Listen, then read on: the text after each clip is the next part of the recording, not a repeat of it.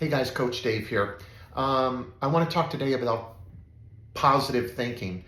And sometimes it's really easy for players, as well as parents of players, to fall into the trap of just solely positive thinking and thinking that that is the key to confidence and consistent confidence and growth in confidence. I hear a lot of coaches, I see a lot of studies that have been done on just the power of positive thinking, and there is tremendous power in that. And part of an athlete's visualization process and the process of kind of rehearsing the game or the event prior to should include a majority of positive things. That visualization should never be tied to particular stats. I'm going to score 20 today. I'm going to grab 14 rebounds. That can cause wild swings in confidence when those stats don't add up. That's a reactionary confidence thing that you don't want. But you definitely do want to think positive things, good finishes, good shots, whatever the event that you're in may be. You want to think of good outcomes. You don't want to marry yourself to stats, but you want to think good outcomes.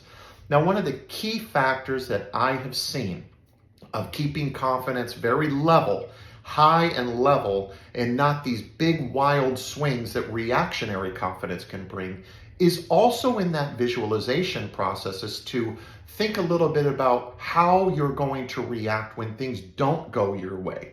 That is a huge component of being a successful and confident athlete. So while thinking positive and thinking about things that you're going to do out there on the court or out on the field and things you can control, also think about when things don't go the athlete's way, how they are going to react. So for example, if I give myself as a basketball player a goal, like I'm going to go out and score 20 points, and then all of a sudden I can't buy a basket, I can't make a shot, my confidence is going to fall right through the floor. And I'm actually going to become more tense and more nervous, and I'm going to try to start forcing things, and that's not the habit. So I may go into that event thinking, I'm going to work to score as much as I can. I'm not going to marry myself to a particular stat. I'm going to take good shots. Then when I take those good shots, I'm going to visualize that they're going in. Now, in that same process, I'm going to say, but if they're not going in, if I'm noticing that things aren't necessarily going my way, how am I going to prepare for that? How am I going to react to that? And the best process I've ever came up with is the fact that as I visualize, like, okay, I just missed that shot, I'm in my head, that's over, go play defense. That's how I visualize that. And so when the actual game or the actual event takes place, I'm actually prepared for some adversity. So I've prepared for the great, I visualized for the great, but I've also prepared myself mentally for if there's some adversity, and moreover, how I'm going to react to that adversity.